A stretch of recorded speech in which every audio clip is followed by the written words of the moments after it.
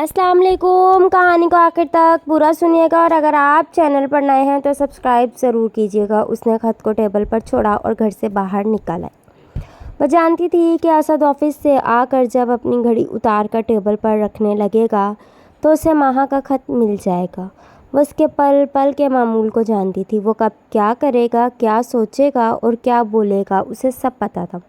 उसे ये ज़ाम था अगर ये कहा जाए कि शादी के बाद उसने असद पर PhD कर ली थी तो ये कहना गलत ना होगा। असद और माहा की शादी को 3 साल हो गए थे। माहा ने असद को पहली बार एक रेस्टोरेंट में देखा था और उनकी पहली मुलाकात एक रेस्टोरेंट में हुई थी। वो अपनी दोस्तों के साथ यूनिवर्सिटी का आखिरी दिन सेलिब्रेट करने गई थी, मगर वहाँ इत्तफाकिया तौर पर उसकी असद से मुलाकात हो गई। वो ऑफिस के किसी क्लाइंट के साथ मीटिंग में मसरूफ़ था। उसके हाथ में चिकन स्टिक का पीस था और वो गाहे बगाहे खाते गुफ्तगू के दौरान सामने टेबल पर देखे जा रहा था जिस पर माहा और उसकी दोस्तें बैठी थी। माहा जो अपनी दोस्तों के साथ हंसी मजाक में मशगूल थी, अपनी दोस्त के उस तरफ तवज्जो दिलाने पर सटपट आ गई। वो सूटेड बूटेड आदमी वाकई बार बार माहा को देख रहा था और वो सूटेड बूटेड आदमी माहा की तरफ बहुत मतवज्जा था। वो गुस्से में उठी और असद के सर पर पहुंच गई। एक्सक्यूज़ मी, आपके साथ क्या कोई मसला है या आप भेंगे हैं जो आप बात उनसे और देख मुझे रहे हैं? उसने असद के क्लाइंट की तरफ इशारा किया और कहा, और देख मुझे रहे हैं। असद गड़बड़ा गया। असद को इस लड़की से ऐसी जुर्रत की कोई उम्मीद न थी। पीछे माहा की दोस्तें कहके लगाकर हंस रही थी। असद अपने क्लाइंट के सामने शर्मिंदा होकर रह गया और माहा वापस अपने टेबल पर आकर बैठ गई। उसके बाद असद ने न जाने कहाँ से माहा के घर का पता निकलवाया और उसके घर रिश्ता भेज दिया। माहा हैरान के साथ साथ परेशान भी हो गई कि क्या असद ने उसका पीछा किया या जासूस छोड़ रखे हैं, और रिश्ता कहीं वो उससे बदला तो नहीं लेना चाहता। उन जैसे अमीरजादों का कुछ नहीं कहा जा सकता, हर चीज़ को एडवेंचर ही बना लेते हैं। फिर ये कोई फ़िल्म तो नहीं कि बस रिश्ता भेज दिया। माँ बाप तो माहा की शादी के लिए तैयार बैठे थे। डिग्री ख़त्म और इतना अच्छा रिश्ता, खाता पीता घराना था। माँ बाप तो उसके रिश्ते के लिए वैसे ही तैयार बैठे थे। इतनी बड़ी कंपनी का सीनियर मैनेजर, और क्या चाहिए भला? खुद हम मिडिल क्लास सरकारी नौकरी करने वाले। हाँ, उम्र कुछ ज़्यादा है तो क्या हुआ, मर्दों की उम्र कौन देखता है भला? 40 से कुछ ही तो ऊपर होगा। हमारी माहा भी तो 22 की हो ही गई है। फिर से माहा किसी तौर पर राज़ी न थी। रोना धोना भूख हड़ताल सब कर लिया, मगर अम्मा अब्बा की एक ही रट, ऐसा रिश्ता बार बार नहीं आता और हम जैसों के घर तो कभी भी नहीं आता। आखिर माहा ने असद से बात करने का फ़ैसला किया। वह अगले दिन ही असद के ऑफिस पहुंच गई। असद की बात ने उसे मज़ीद उलझन में डाल दिया। उसने कहा कि मुझे तुमसे पहली नज़र की मोहब्बत हो गई है। मैं ये नहीं कहूँगा कि तुम बिन मर जाऊँगा वगैरह, क्योंकि मैं जिस उम्र में हूँ वहाँ ऐसी बातें सेब नहीं देती। मैं तुम्हें अपनी इज़्ज़त बनाना चाहता हूँ बस, बाकी सब तुम्हारे सामने है, कोई ज़बरदस्ती नहीं है। 1 हफ्ते बाद माहा ने हाँ कर दी थी। माहा की तरफ से पूरा ख़ानदान मौजूद था। ज़्यादातर लोग असद की अमारात देखकर हैरान थे और बाकी हसद में जल रहे थे।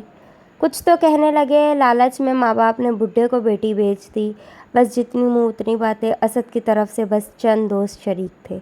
असद ने कहा कि उसके घर में कोई है ही नहीं। इस बात से माँ और उसके वालिदैन परेशान तो हुए, मगर अब क्या हो सकता था भला? माँ 80 गज़ के मकान से असद के बंगले में आई तो सब भूल गई। शादी के बाद वो दोनों घूमने वर्ल्ड टूर पर गए। माहा ने ज़िंदगी को इतना खूबसूरत पहली बार देखा। वो जो रुपए जोड़ती थी अब लाखों रुपए शॉपिंग पर उड़ा देती थी। असद की तरफ से उसे कोई भी शिकायत ना हुई। वो अब अपने माँ बाप की बहुत शुक्रगुजार होती कि उन्होंने इसे कितनी तंगियों से बचा लिया था। ऐसा रिश्ता वाकई उसके लिए कभी ना आता। असद जॉब के सिलसिले में मुल्कों घूमता, कभी वो माहा को भी ले जाता। माहा ने तो ख्वाब में भी ऐसी ज़िंदगी तसव्वुर ना की थी। 3 साल पर लगाकर उड़ गए थे। असद का तो नहीं पता, मगर माहा अब असद की मोहब्बत में شدید گرفتار ہو چکی تھی۔ وہ باہر جاتا تو اس کی سانسیں رک جاتی تھی۔ وہ ہر کام بس اسد کو خوش کرنے کے لیے ہی تو کرتی تھی۔ اس کی دوستیں حیران ہوتی کہ وہ اتنی شوہر پرست بیوی ثابت ہوئی تھی۔ اسد جب بھی آفس سے آتا مہا اسے تیار سجی ہوئی ملتی۔ مہا کا کام بس اب اسد کو خوش کرنا تھا اور وہ خوش تھا، تبھی تو ہر چیز مہا کے پاس تھی۔ کبھی کوئی نہ نہیں، کبھی کوئی کمی نہیں۔ وہ بھی ایک دن تھا، اسد دبئی سے لوٹنے والا تھا۔ مہا بے چینی سے اسد کا انتظار کر رہی تھی۔ وہ ایک میٹنگ کے سلسلے میں دبئی گیا ہوا تھا۔ وہ آج خوب دل سے تیار ہوئی تھی۔ کل ہی اس نے مال سے اسد کے فیورٹ بلو کلر کی ساڑی خریدی تھی۔ ساڑی پہن کر اور اس بار اسد لوٹے گا تو خوش ہو جائے گا، مگر اسد آیا تو اکیلا نہ تھا۔ مہا کا دل کسی انہونی کی خبر دے رہا تھا، مگر وہ بار بار دل کو جھٹلا رہی تھی۔ وہ پوچھنا چاہتی تھی کہ یہ کون ہے کہ اسد کی آوازیں، مہا یہ تیمور ہے میرا بیٹا، چھٹیوں پر آیا ہے کچھ دن کے لیے، اور یہ تیمور یہ ہیں تمہاری دوسری ماما۔ اسد اوپر جا چکا تھا بغیر یہ دیکھے کہ مہا کا چہرہ کسی مردے کی طرح سفید تھا۔ ایک قیامت تھی جو وہ مہا پر گرا کر گیا تھا، اور اسے کوئی ملال تک نہ تھا، شرمندگی تک نہ تھی۔ مہا نے اس لڑکے کی طرف دیکھا جو انتہائی نفرت سے مہا کو گھور گھور کر دیکھ رہا تھا۔ ماما مائی فٹ، وہ کہتا نکل گیا تھا، اور مہا اس 16-17 سال کے لڑکے سے ذلیل ہو کر زمین بوس ہو گئی تھی۔ مہا کمرے میں آئی تو اسد نیٹ فلکس پر کچھ دیکھ رہا تھا۔ آپ نے مجھ سے یہ بات کیوں چھپائی؟ مہا نے بنا کسی تمہید کے اسد سے سوال کیا۔ کیا؟ اس کے جواب پر مہا ایک بار پھر حیران ہوئی تھی۔ وہ کتنا سنگ دل تھا، دل خون کے آنسو رو رہا تھا۔ وہی آپ کا بیٹا؟ بیٹا کہتے ہیں؟ اس کا لہجہ سخت ہو گیا تھا۔ دکھ کے مارے مہا سے کچھ بولا ہی نہیں جا رہا تھا، تو اس میں بتانے کی کیا بات تھی؟ ہاں، وہ میرا بیٹا ہے، میری پہلی بیوی، اور میری شادی زیادہ عرصہ چل نہیں پائی۔ وہ اونچے گھرانے کی تھی، ہمارے دماغ نہیں مل پائے تو ہم علیحدہ ہو گئے۔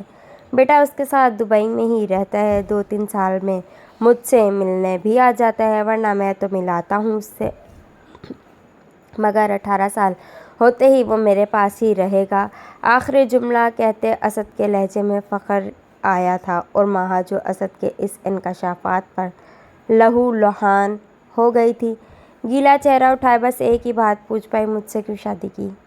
شادی وہ تو مجھے کرنی تھی، رانیہ یعنی میری پہلی بیوی نے بھی کر لی تھی، سو مجھ میں کیا کمی تھی؟ اولاد تو میرے پاس تھی، بس بیوی کی کمی تھی جو مجھے تمہارے روپ میں مل گئی۔ میں نے فیصلہ کر رکھا تھا کہ اس بار کسی چھوٹے گھرانے میں شادی کروں گا۔ تمہیں دیکھا تو تم اچھی لگی، پھر تمہارے بارے میں پتہ کروایا اور تمہارے اسٹیٹس کو دیکھ کر پروپوزل بھیج دیا، بس۔ ویسے مجھے امید ہے کہ تمہیں تیمور کے یہاں رہنے سے کوئی مسئلہ نہیں ہوگا، آفٹر آل یہ اسی کا گھر ہے۔ مہا کو لگا وہ بھری دنیا میں سلی دے دی گئی ہے۔ وہ کیا کرے، جھگڑے لڑے اس دھوکے پر، یا اسد کا راستہ خالی چھوڑ دے؟ اس کا ذہن بند ہو گیا تھا۔ وہ سر تھام کر بیڈ پر ہی بیٹھ گئی۔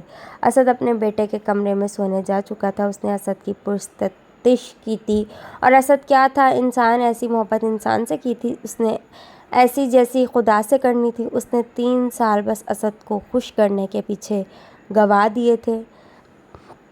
وہ ہر وقت اسد کو خوش کرنے کے بارے میں سوچتی رہتی تھی، اور اسے کیا ملا تھا؟ دھوکہ، بے قدری، مطلب پرستی۔ اگر وہ خدا کو خوش کرنے کو ایک دن لگاتی تو کیا وہ ایسا کرتا؟ نہیں، ایسا صرف انسان ہی کر سکتا ہے۔ خدا تو قدردان ہے، عورت پر مرد کی خدمت، اطاعت، فرمانبرداری فرض ہے، مگر عبادت کے لائق بس خدا ہے۔ وہ خوش فہمیوں میں جی رہی تھی۔ دولت کی ریل پل نے اسے اندھا کر دیا تھا۔ اگر کوئی امیر کبیر چھوٹے گھر رشتہ لے کر آتا ہے تو کچھ تو نیت میں کھوٹ لے کر ہی آتا ہے۔ اسے کیوں لگا کہ یہ کوئی فلم ہے؟ یہ تو دراصل اصل زندگی تھی جسے وہ فلم سمجھ بیٹھی تھی، اور وہ پوری رات اس نے رو رو کر گزاری تھی۔ اس نے اپنی زندگی کے ساتھ کیا کیا تھا؟ وہ کیا سمجھتی تھی کہ اسے یہ سب ملا تھا؟ اس پر اسے شکر ادا کرنا تھا، مگر کس کا؟ خدا کا۔ اور وہ شکر گزار بن گئی کس کی؟ انسان کی۔ اسد نے اسے سب دیا اور بے وقت کر دیا۔ 2 منٹ میں اسے اس کی جگہ بتا دی، اور اس کے علاوہ اسد کے کتنے دھوکے تھے، کتنے سچ تھے، وہ نہیں جانتی تھی۔ وہ اگلی صبح اسد کے آفس جانے کے بعد خط چھوڑے باہر نکل آئی تھی۔ خط میں اس نے واضح طور پر لکھ دیا تھا کہ वो कुछ दिन माँ बाप के पास जा रही है, जल्द लौट आएगी। वो जानती थी उसे यहाँ वापस आना ही पड़ेगा। यही माशरे की रीत है। उसे अब ज़िंदगी भर असद के साथ जीना था, भले वो रोज़ मरे। माँ बाप कभी उसे तलाक लेने नहीं देंगे, फिर ये कोई बड़ी बात तो नहीं है। दुनिया तो यही कहेगी वो नाशुक्र ठहराई जाएगी, सारे ऐब उसी के गिने जाएंगे। वो सब जानती थी। वो बस कुछ दिन के लिए यहाँ से जाना चाहती थी, ताकि वो सब सही कर ले जो गलत करती रही थी, उन सब को वो सही कर ले। उसने अपना मोबाइल दराज में लॉक कर दिया। कुछ दिन वो किसी से कोई राब्ता नहीं करना चाहती थी।